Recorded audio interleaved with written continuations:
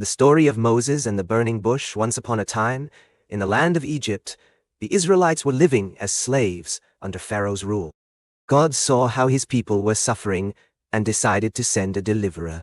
He chose a man named Moses to lead the Israelites out of Egypt. Moses was born to Hebrew parents, but he was adopted by Pharaoh's daughter and grew up in the palace. One day, Moses saw an Egyptian beating a Hebrew slave. In anger, Moses killed the Egyptian and hid his body in the sand. When Pharaoh found out, Moses fled to the land of Midian, where he became a shepherd. Many years passed, and Moses was tending his flock on Mount Horeb when he saw a strange sight. A bush was on fire, but it was not being consumed by the flames. Curious, Moses went closer to investigate. Suddenly, a voice spoke to him from the bush. It was the voice of God, who said, "Moses, Moses." Moses replied, "Here I am." God told Moses to take off his sandals, because he was standing on holy ground. Then God said, "I am the God of your fathers, the God of Abraham, Isaac, and Jacob.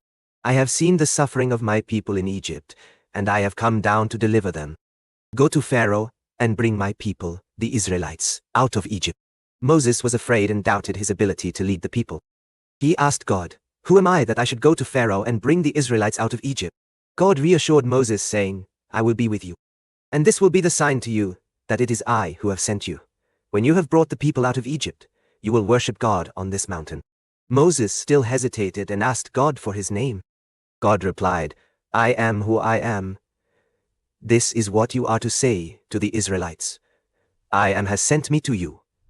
God gave Moses 2 signs to show the Israelites that he had sent him.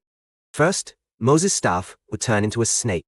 Second, when Moses put his hand inside his cloak and then took it out, it would be leprous, white as snow. When Moses put his hand back inside his cloak and then took it out again, it would be restored. Moses returned to Egypt with his brother Aaron and went to Pharaoh. They performed the signs, but Pharaoh's heart was hardened, and he refused to let the Israelites go. God then sent 10 plagues upon Egypt, but Pharaoh's heart remained hard. Finally, after the 10th plague, the death of the firstborn, Pharaoh let the Israelites go. Moses led the people out of Egypt, and God parted the Red Sea so they could escape. And so, Moses led the Israelites to freedom, and God's promise to deliver his people was fulfilled. The end. Remember, kids, God always has a plan, and he will send help when we need it. We just need to have faith and trust in him.